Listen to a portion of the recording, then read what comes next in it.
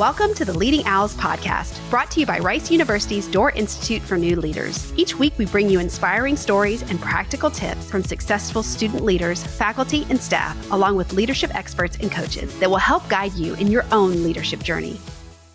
Today, we're joined by Molly, a Doctor of Musical Arts student at the Shepherd School of Music, where she plays the viola and wears many leadership hats. From serving as teaching assistant and instructor of record to earning the prestigious Vaughn Fellowship, Molly has shaped both the academic and musical experiences of her peers. She even brought leadership development into the Shepherd School Orchestra by adapting Doerr's SLPI training for orientation. In this episode, Molly shares how she balances artistry and leadership, how her experiences with the Doerr Institute have influenced her path, and her best advice for fellow graduate students looking to make an impact. Tune in for an inspiring conversation on leadership, music, and making the most of your time at Rice. Hi, Molly. Thank you for joining us.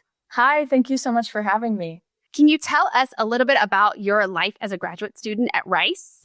Sure. So I'm currently in the final semester of coursework for the Doctor of Musical Arts degree. And this is actually my 6th year at Rice overall. I've been a graduate student since 2019, and I got my master's here. And now I'm close to the end of my doctorate here. And my instrument is viola. So I play in the Shepherd School Symphony Orchestra. I play chamber music. I play recitals with a pianist around here inside of school and then out in the Houston community as well. How exciting. What drew you to pursue music studies here? For any listeners, especially those who are Rice students or live in Houston, you may not know that the Shepherd School of Music is a world-class music institution. Just to put in perspective, for my master's, I was accepted to Juilliard, but I came to the Shepherd School of Music for many reasons, but our orchestra program is considered to be the best collegiate orchestra in the country. And so that was the initial draw for me to come to the Shepherd School. And once I got here, I realized that there are so many performance opportunities other than the orchestra, in addition to the orchestra being so great faculty, a great community, supportive musicians of one another rather than competitive, and that the Houston arts and music scene is a great supply and demand to get your foot in the door for freelance work, for teaching and performing. So I stayed because I realized how great of a place Houston and Rice were for me to develop. I think that's incredible. I don't think a lot of people know what a top program, I mean, obviously it's a top program, but I don't think people knew that it was comparable or better than Juilliard. Mm-hmm. I think that's amazing. What are some of the biggest challenges you faced as a grad student, and how have you overcome them?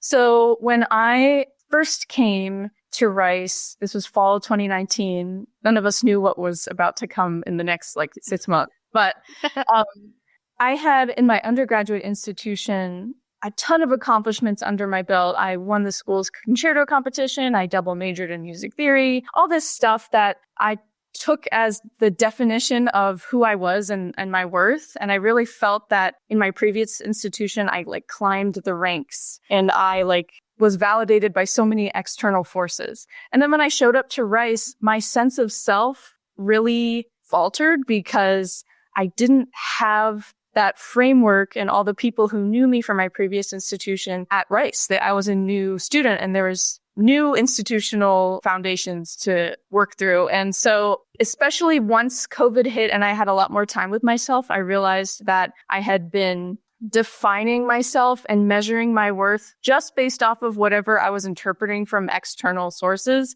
And that was a very fragile state to be in. And so one thing that I really developed then, and I continue to develop through, my own personal work, and the Doerr Institute is a big part of that too, is my own internal compass and recognizing the expertise that I have and being able to assess how well I'm doing without needing someone to say some magic word that makes me feel good. Especially in the field of performance, you put yourself out there constantly. I've built a lot of inner strength to get to a place where I can handle not playing my best or performing my best and still kind of objectively be able to give myself grace and not just anxiously rush off stage and see what people say and have that determine how I feel about myself. I hope that answers that question. No, it completely did, because I think that that's something a lot of grad students struggle with. You come from the undergrad world, which is very structured. You can see it's easy to find all those things to get involved in and ways to succeed in school. And then to completely start over with no framework, it is really challenging. It can be kind of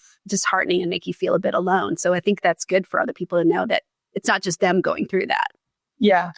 So how did you get started? You got to Rice, you wanted to get involved as a graduate student. That's one of the things I've heard a lot, is that it's much harder to get involved when you're a grad student. What specific organizations did you approach first to get involved?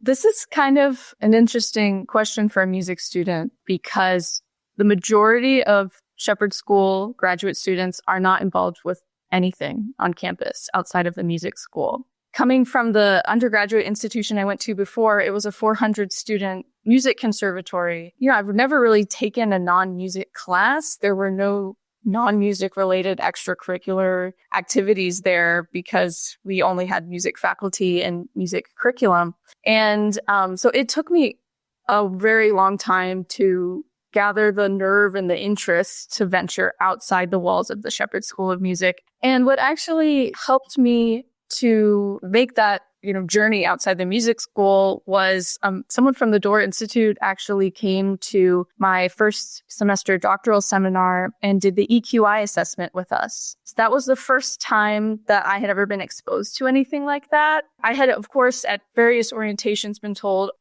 just descriptions of things, but to actually take the assessment and see results and be able to envision goals that I could create from results. And then to learn that the Doerr Institute has programs that help you get there and help you learn more about that stuff. That's what finally gave me the courage to seek mentorship and community outside of the music school. What has your favorite experience or memory from your time at Rice been? Or one of them?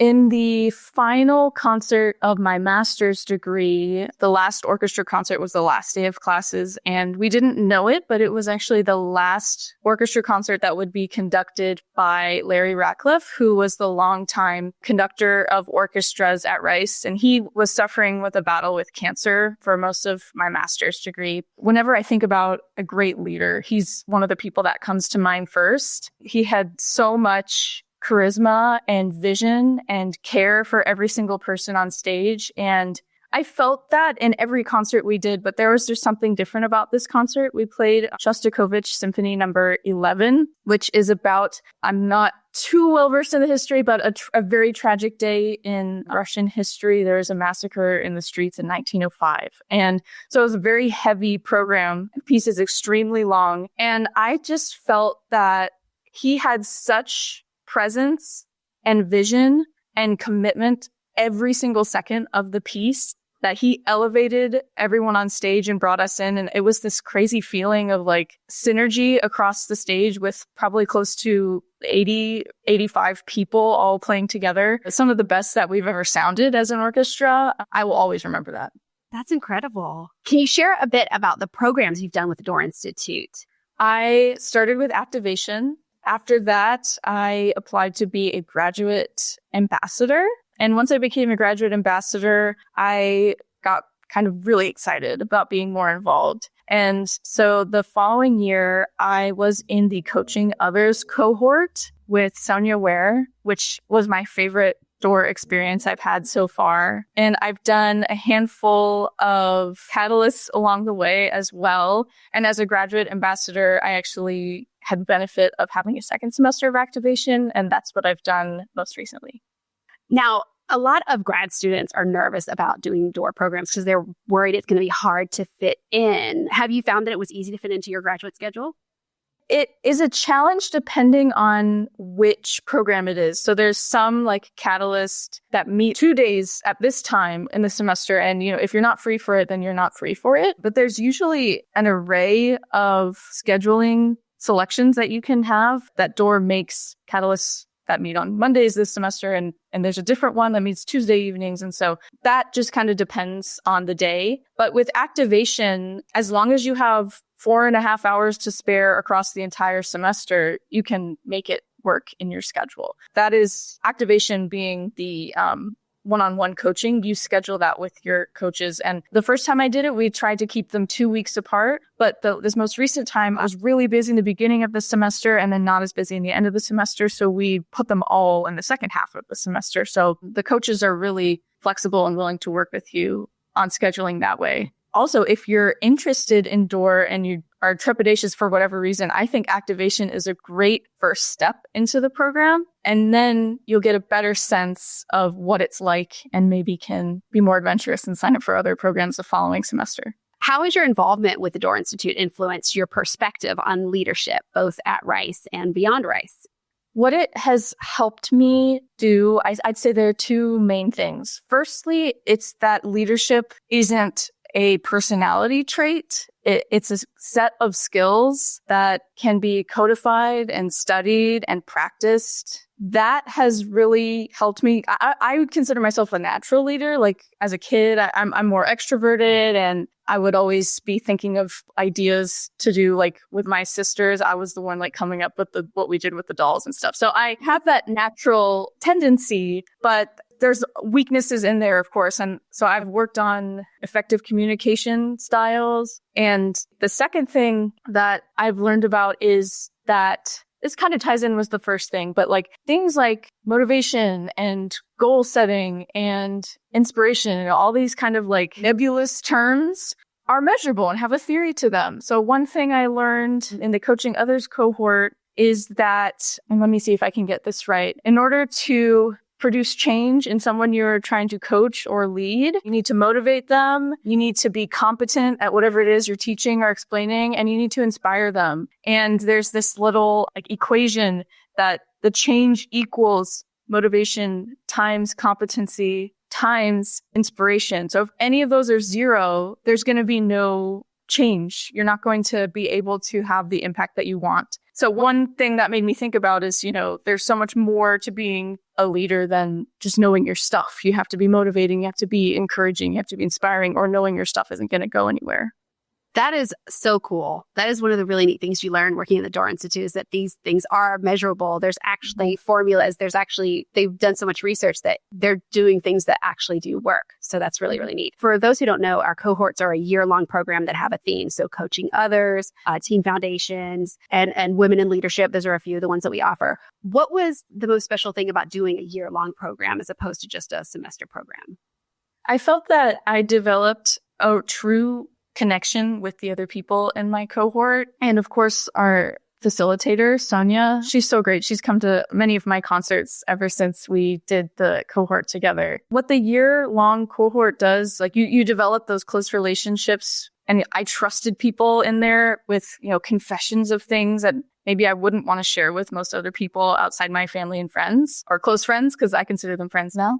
But the other thing is just the breadth and depth of material that can come up across 4 sessions per semester. In the Catalyst modules, there's an agenda. We have to hit all the points, and then there's time limits and we're done. And those are great because they're very bite-sized and you leave with a lot of info. But I really felt that in the cohorts, the members of the cohort helped to co-create the directions that we went in over the course of the semesters because they were very tailored to the people in the room. That's really cool. What advice would you give to other graduate students who are looking to make the most of their time at Rice? Be brave and sign up for things. Yeah, I have the luxury of being in multiple programs at Rice. This is my 6th year, but most of us are only here for 2, 3, or 4 years. My reason for not getting involved sooner was that I was just handling all my coursework and work outside of school on a kind of week-to-week basis. And how am I ever going to add something else in? And I was also skeptical, the Doerr Institute isn't a music thing. And so is it taking away from focus I could be putting towards being the best musician and getting perfect grades and all the things I'm striving to do if I take time away from that and go try this other thing? But what I found is that what I've learned from the Doerr Institute has amplified and deepened my confidence and my ability to execute things and try new things. I work so much more efficiently. I feel so much better about myself in my work because I have community outside of my small little program, and I have tools for working on things that I didn't get from music mentors, and I have perspectives of seeing things that I never learned in a music class. That's so beautiful. I love that. How do you see the skills you've gained through the Doerr Institute shaping your future in music once you leave Rice?